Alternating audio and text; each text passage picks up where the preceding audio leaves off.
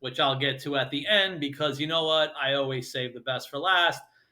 So let me give a quick rundown of as many minor league prospects as possible. There's going to be a few that I'm leaving out, so I'm sorry if some of your favorites who had a really good week, you could be mad at me, post it. Let me know on social media or on YouTube in the comments. Hey, if I miss somebody, make sure you pay attention to them next week. But for now, let me kind of go through the list. I want to start with AAA, and I want to start with Luisangel Acuna, who during the 5-game stretch this past week went 8 for 25, which would be a 320 batting average. So I know everybody online is like, when is he taking over? When is he taking McNeil's spot? It really sounds like a rough kind of situation to put Acuna in as he's just starting to hit right now. Obviously, the slash lines are still very low, very poor. Every time he has a good game, he has an entire good week. The main thing online is, well, tell me more about his OPS because it's awful. So I get it. Everything, the power numbers are still not there. I know some of the metrics, the analytics. If you go on Baseball Savant, it looks like Acuna's been hitting, a few of these 100-mile-per-hour exit velo hits recently this season as well overall.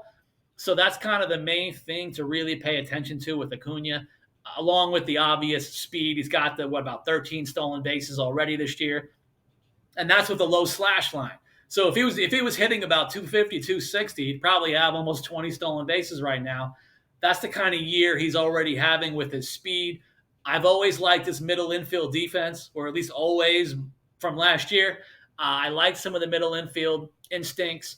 They keep trying to get him once in a blue moon in the outfield, which I do like to see. I want to see that competition at some point between Acuna and Jet Williams, both seeing time at second base and center field. See who wins out. May the best man win. But again, Acuna is a 40-man guy. You're going to have to assume he's going to get a call up one way or another, even if he ends up being like basically a pinch runner and kind of defensive replacement. That could have value. As far as taking over for any particular guy, I just don't really see it still unless there's an injury. But again, these are good things to see from Acuna for the week. Another guy is like a huge wild card. I haven't even talked about him this year. I barely talk about him since he's been in the organization. But like Luke Ritter, who apparently is like Luke DJ Stewart Ritter. He's like the right-handed version of DJ Stewart. Over the week, he went 6 for 18 with 2 doubles and a home run. He has more walks than Ks in this past week playing for Syracuse. He's one of those kind of power bats. Defensively, he plays a couple of positions here and there, maybe squeeze him into second base. But again, does that mean he's going to replace McNeil because he's a power bat guy? Defensively, again, I just threw out the name DJ Stewart. It might be a bit about what we're working with here as an overall player, perhaps, in Luke Ritter. But I'd be curious for the 27-year-old, what can we do with him? His OPS is pretty much permanently over 800 to 900 since he's been with the Mets organization. He seems to have went on that spree last year or last summer where it seemed like he was hitting a home run literally every other game. So it's curious to see even what they want to do with him this year. Again, he's at the AAA level. Nowhere else for Luke Ritter to go. He's got the power. Again, is he a right-handed DJ Stewart? Which obviously DJ Stewart is on the Mets. So that has value to it. So I'm curious to see as the weeks go by, could there be a spot opened up for a guy like Luke Ritter? But again, these kind of power numbers, he's going to have to keep doing it over and over and over to show his biggest kind of skill set. The other guy I want to talk about is one of my favorites, so I'm going to bring him up as many weeks as possible, but Deadneil Nunez, one of my favorites even from his time with the St. Lucie Mets. Obviously, he's got some of that time being called up and down to try to help out at the major league level. And in the past week, he actually made 3 appearances in this past week, and he pitched 2 2/3 scoreless innings with a walk and 3 Ks. I'm going to continue to see it as a good sign for Nunez. He had 1 walk in 2.2 during the week, which is 3 appearances. I'm happy with that. When his command is going well, Deadneil Nunez is a very strong, solid pitcher with filthy stuff, as we've seen obviously now a few times on SNY. I love the way he eats innings. He's a multi-inning guy as a reliever. And again, he had a really good week, so I hope he gets another chance again throughout the year to get the call-ups. Another guy, thank God, Mike Vasil, during this past week, had his best outing of the minor league season with Syracuse. He went 4 2/3 innings with 4 hits and only 1 run allowed, 2 walks, 3 Ks. This isn't a perfect outing. Kind of the numbers a little bit up and down, but the bottom line is 4 2/3, 1 run for a guy who's been struggling all year. Really excited to see Mike Vasil kind of like get that kind of step forward finally into the season. It hasn't been a long season, but obviously when you're a guy like this, highly ranked, highly regarded, considered one of the steals of the draft when he got taken last summer in August, he took that no-hitter into the 9th inning in AAA. That's the kind of guy we were getting excited about, and everybody wanted Mike Vasil called up immediately in September. Obviously didn't happen. My opinion, he didn't get called up probably more for 40-man rostering kind of situations and Rule 5 stuff. Since they didn't call him up, they didn't have to protect him based on the limited amount of years he's had in the organization. So that might have been my kind of thought process. Obviously, as for why he hasn't been called up yet this year, it's because of the struggling he's been doing. But again, this is a good sign. 1 run given up. Baseball Savant and everything had him. I believe he was top of 95. So as long as we can get that version of Mike Vasil, the command's got to be there. He's got to trust his stuff. That's kind of my thing with Mike Vasil. Can he trust his stuff at any moment, regardless of the hitter, regardless of their ranking, status, level, plate discipline? Can he just let it fly and trust his stuff? The other guy I want to talk about is Josh Walker, like the left-handed version of Dead Neil Nunez. It's kind of a guy, he goes up and down a little bit. He's gotten a little bit of cups of coffee in the major leagues. Not always super successful, but again, he's a very big, strong lefty. He had, he had 2 hitless appearances in the last week for the Syracuse Mets. Obviously, we know what's going on with Brooks Raley, so it's going to be really important for a guy like Josh Walker to kind of stay healthy because we might need him. Moving down to the AA level, again, me and my bias, I was really super excited about Tyler Stewart. In my opinion, he had 2 fantastic outings because he's one of those guys. Remember, these 6-game kind of series that they do in the minor leagues means Tyler Stewart had to face the same lineup twice in 1 week. And not only does he do that, he's facing a Red Sox lineup where I think 1, 2, 3 in the batting order interchangeable, but they're literally ranked 1, 2, 3 in the Red Sox organization. That's the kind of level hitters he was facing. The top 3, and I believe there were at least 2 or 3 more throughout the lineup. So on one of the 2 nights at least, 6 of the guys out of the 9 are ranked in the top 30 in the Red Sox organization. So that's why Tyler Stewart, 10 2/3 innings, 3 earned runs allowed against a Red Sox team where the affiliate itself is winning a lot of games so far this season in AA. But again, we're talking 5 to 6 top 30 ranked prospects, including the top 3 overall, are in the lineup facing him. So good job, Tyler Stewart. I think this is a nice, cool kind of segue into what could happen now going forward. Maybe it's a catapult for him for the rest of the year. The other guy that I love is Wilkin Ramos. He's been doing this since he arrived for the Mets organization. But in this past week, 2 appearances, 2 saves, 1 2/3 scoreless. More importantly than any of that, no walks. It seems like the running theme for Wilkin Ramos for so far this season, knock on wood, the walk rate has been very low for him, like really career low type stuff for him in his pro career. If he's able to maintain something like this, I continue to think of Wilkin Ramos as a major league reliever. We'll have to wait and see, obviously. I want to get him to AAA. I want to see him start facing like 30-year-old veteran bats with plate discipline. I want to see how he handles that. But again, this is a really good week, once again, for Wilkin Ramos, who I believe has about 6 saves already in the season. So for them to kind of designate him as the closer, that's pretty exciting too. Let's see. One of my other guys is Rylan Luis Guillorme Thomas. All he does is hit. And in this past week, Rylan Thomas only hit .421.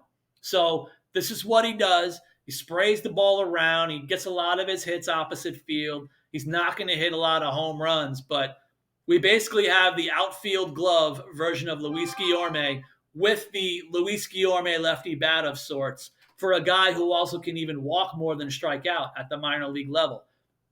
What can happen with Rylan Thomas? How high can he go?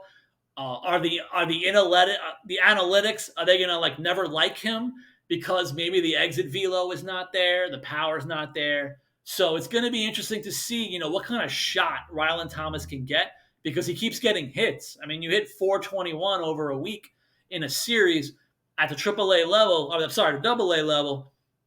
I don't know what else he needs to do to go to AAA. By the way, my opinion since April is that the only reason why he's not there is because the Mets need depth, and they have the depth guys like a Ben Gamel sitting there in AAA.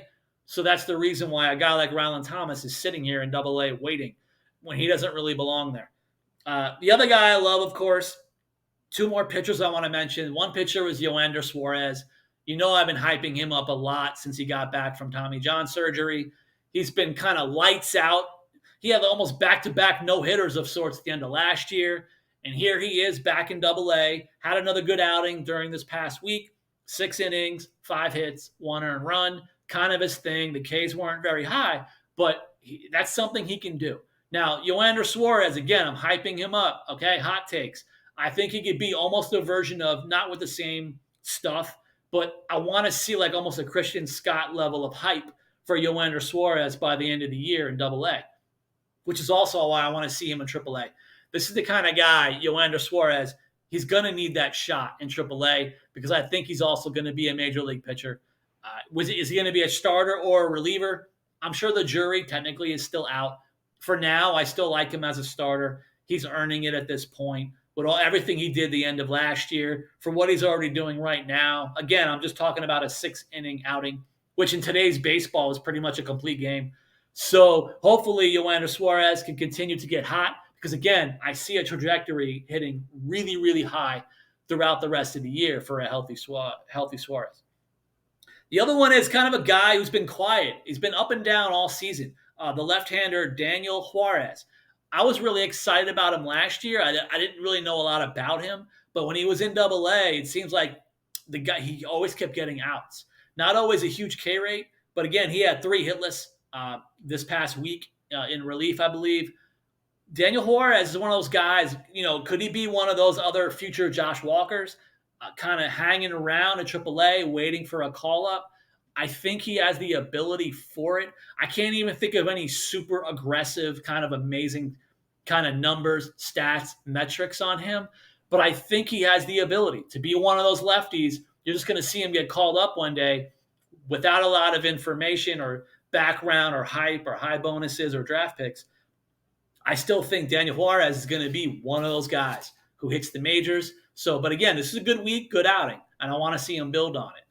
All right, now we move to high A. Not a lot of bats going on in high A, even especially now that Ryan Clifford got promoted. He wasn't even having a strong week, Ryan Clifford. I won't even mention him here other than me talking about him right now. I'm still glad Ryan Clifford, by the way, got the promotion without the huge stats because I hear so many things about Brooklyn, not the greatest place to hit, especially as a lefty. So I'm curious to see how the power decides to finally show up in the AA level for Ryan Clifford. But regardless of all that, for the hitting version of things, the one main guy to talk about is Nick Morabito, who got the call-up or the promotion from low A to high A. And Morabito went 6 for 18 with 4 walks and 4 Ks during this past week. Those are already exciting numbers for a guy who was pretty much hitting 400 in low A, so they had to stop wasting his time over there. And now here he is getting a taste of high A, and he goes for over a 300-plus kind of week. Got to be excited about that. I like to see that he's in center field. They talked about him being one of those like plus runners. So good. Have the speed out there in center. They can't really put him anywhere in the infield. We already have enough infielders. I joke about it every week or every month, even online, social media. So please, yes, keep Nick Morabito in the outfield. Leave him in center because of his speed. I don't know how much power is going to generate up the levels or by his age if he ends up in a corner outfield, but it looks like center field could be a really cool option for him. See where he goes. Pitching-wise, Jonah Tong with the high A start. And he gave up a run. I hate to say it, but Jonah Tong gave up a run. It was breaking news when it happened. I'm sure it was like news at 11. He pitched 4 innings, gave up a run. But the big thing is he had the 4 walks and 4 Ks. Now, this is something you got to at least keep an eye on with Jonah Tong because a lot of the command was starting to show itself really well in low A when he was embarrassing pretty much every lineup that he faced until he was promoted. Now he's at high A. It always never seems like a huge gap between low A and high A, but there are jumps to these things. So I want to keep an eye on the walk rate and even the overall, strikes to total pitches for Jonah Tong in the next couple of starts at the high A level. See if a few of these guys have a little bit more plate discipline, but I want to see how things go. The other, obviously, the top arm is Brandon Sproat. He had 5 2/3, 1 earned run and 8 Ks, which earned him a promotion now to Double A. What can you say? This is the guy. He's going to have some of those games where he had the walks. It was kind of really bad, I think, in his first outing of the season in high A. Then he had a spring of really low walk rates with 1 or 2 walks per game for the rest of his starts. And now he's earning a promotion. So again, now I'm going to mimic the same thing as Tong, but at an older, kind of different kind of level. For Brandon Sproat, what's the command going to be like? Talking to the Mets feel he's putting in all the work. They feel his development, the command will get there. That's their opinion based on his work ethic, based on the metrics, based on his ability. And again, this is a guy who can throw 98 plus. It's going to be pretty exciting to see what he can do with command now at the Double A level and hopefully get him Triple A. Because again, now you're going to see guys and bats with more plate discipline. So he's going to have his stuff. The other guys I want to talk about is Jordany Ventura. I know a lot of you guys, if you know me, I've been hyping him since he started rehabbing, I think last year, coming back from some of his kind of injuries that he's had that have seemed like they've plagued him for multiple years. But Jordany Ventura, the staff are telling me he looks as good as ever in this last week or so. In this last outing, he went 3 1/3, giving up a run with 4 Ks. But again, staff feels he looks amazing right now. So that's what I'm excited about. He's been pitching multiple innings every outing, but he's technically coming out of the pen. And this is something I really want the Mets to do going forward with Jordany Ventura. Again, it's only my opinion. I don't know what his goals are, but I feel this could be one of those guys, more of the pen route. I've said it online for Jordany Ventura. Do I see him as the highest ceiling of being another Familia? It's just the name I threw out there as a Mets reference, not necessarily the exact pitches or arsenal that each other has. I'm pretty sure Familia throws a little bit harder than Ventura. But again, it's the kind of filth, or even like a Dead Neil Nunez, who, by the way, also hit 96, 97 now. Can Jordany Ventura be a 2.0 of even a Nunez or even the highest level of Familia? That's the stuff that I want to keep an eye on throughout the rest of the year. Because again, the longer he's in Double A, I want him to see him start dominating more consistently. And I need the walks to stay low. His walk rate has been pretty low all year, which for me has been amazing. He struggled really hard last year in A-ball with command almost every outing. So if he can have more consistency, there's going to be more people talking about Jordany Ventura. And again, maybe at the reliever level is what I would be excited about. The other guy is Douglas Oriana. Another one of those young guys I've been talking about since last year, talking to staff, coaching him up in A-ball. And here he is again in high A after being in low A, high A last year. He's a young pitcher. He went 4 innings with 10 Ks in this past week. He had a 10K outing in 4 innings. This is kind of one of those high ceiling games that he has with a guy who it's like some of the stereotypes I get for him: hardworking, a lot of tools, super hardworking, and very coachable. So that's the kind of the combo of things for Douglas Oriana. All I can really say is how consistent can he be? I don't know how many 10K outings he's going to have, but I'm more excited about, checking in on the command overall. Again, walks or no walks. Some guys like this too, they may go into these spurts like you have a 2-walk inning and then 2 innings without a walk. So again, what's the consistency for the rest of the year for Douglas Oriana? Because obviously if you have a few more outings like this, you may have to get bumped up to Double A, but he's still a young pitcher. He was fighting through some things last year, and I think even into the offseason in camp. So now I want to wait things out. There's no rush with a pitcher like Douglas Oriana. For the rest of the year, even if you keep him in high A, I want to see how things pan out. At the low A level, some of the guys I'm obviously excited about is a guy I interviewed, Boston Barrow. It's an interesting game. He had 6 games played. 3 of them were hitless. The other 3 were multi-hit games. I don't really know if I can argue consistency with a bat, but again, he had 3 multi-hit games out of the 6 that he played in this last kind of week and series of games down for low A in St. Lucie. It looks like he's been getting even more time now at third base. He's been playing all infield. I don't believe he's been in the outfield yet, so perhaps let's keep an eye out if they do throw him out there at some point. But Boston, Jeff McNeil Barrow, or the bigger, taller version of sorts of Jeff McNeil. Or maybe I shouldn't compare them since McNeil is struggling this year, but I'm still really excited about Boston Barrow. I want to see what happens with him throughout the rest of the year. He also looks like a big OBP guy, so the longer he gets used to low A with his ability and his talent, I want to see how high the OBP remains at the low A level. Not even sure as a teenager still, or I can't remember when he turns 20, if he could even get any more promotions to high A. It's going to be interesting to see. Maybe they keep him in low A for the whole season to kind of eat those at-bats because he didn't really play much last year. So I'm curious. But again, Boston Barrow off to a really good start at the low A level. One of my other favorite guys, obviously, is Jesus Exit Velo Baez. I love him. I have all kind of biases. I have friends that love him. Shout out to his mom who was sitting there during the game. So there's a lot I could talk about with Jesus Baez. But again, he was hitting .391 last week overall. He had 9 hits and 23 at-bats. Jesus Baez is really good fielder. I don't want to throw out random names, but I like his range, I like his arm strength, and I like his instincts, which means I think he can handle second easily. I think he can even handle short, and I think he has the arm strength for third base. So, again, I'm not trying to make him a utility player, but as a teenager with a long way to go who's actually hitting with this kind of force, it seems like almost every night at least one ball is over 100 miles an hour for Jesus Baez. It happened last year with the low slash line. He was hitting everything hard, and now he's doing it again. Pretty much every game. It's at least one at-bat, out or hit, that's over 100. So when you're barreling the ball like that, sometimes the BA, BIP, and all that other stuff, it starts balancing out in your favor when you do it consistently.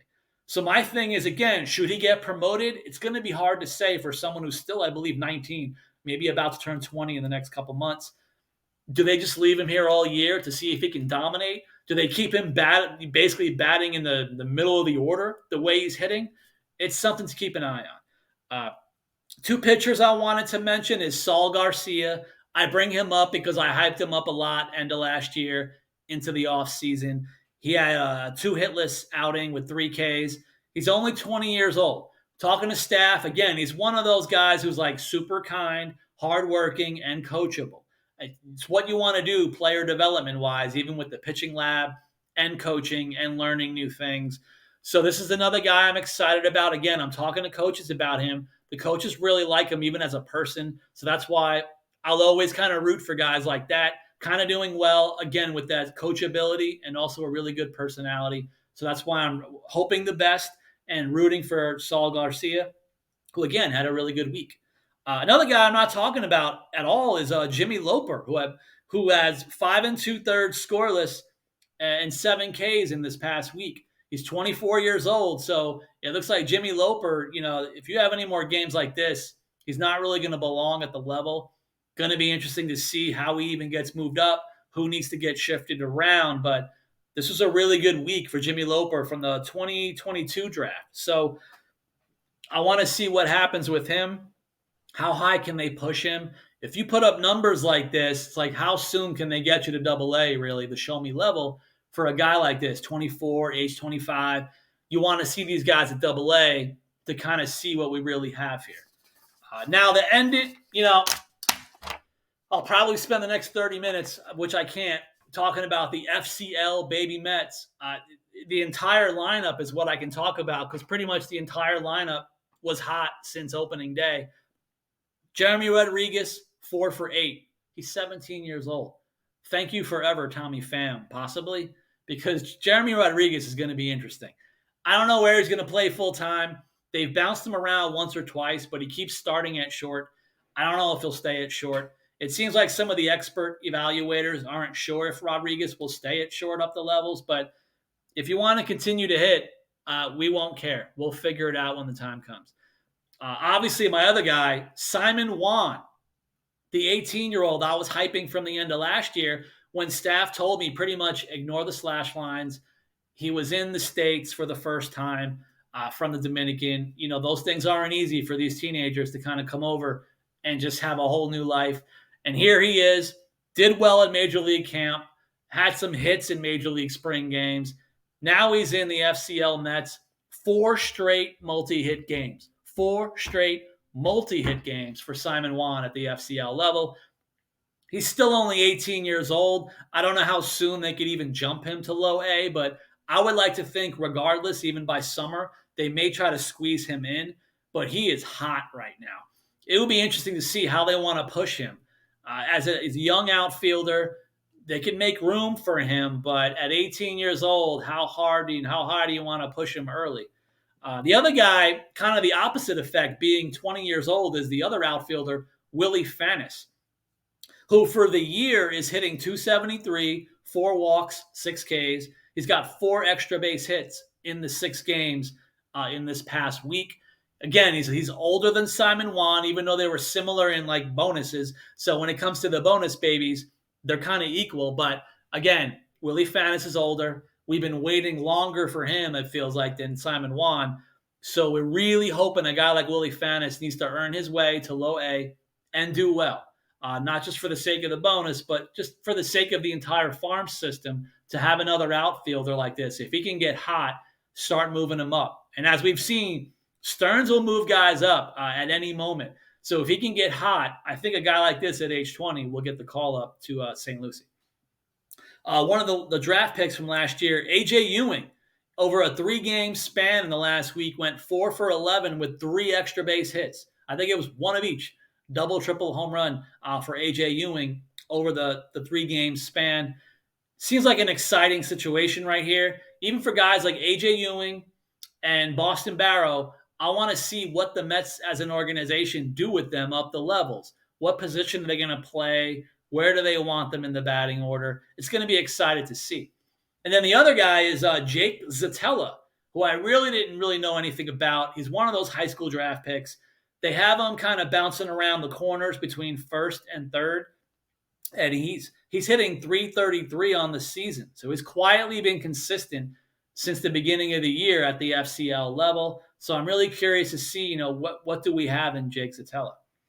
The other guy who's kind of coming out of nowhere is Orangel Rodriguez, a 19-year-old who was a catcher last year. This year he's been playing first base and shortstop.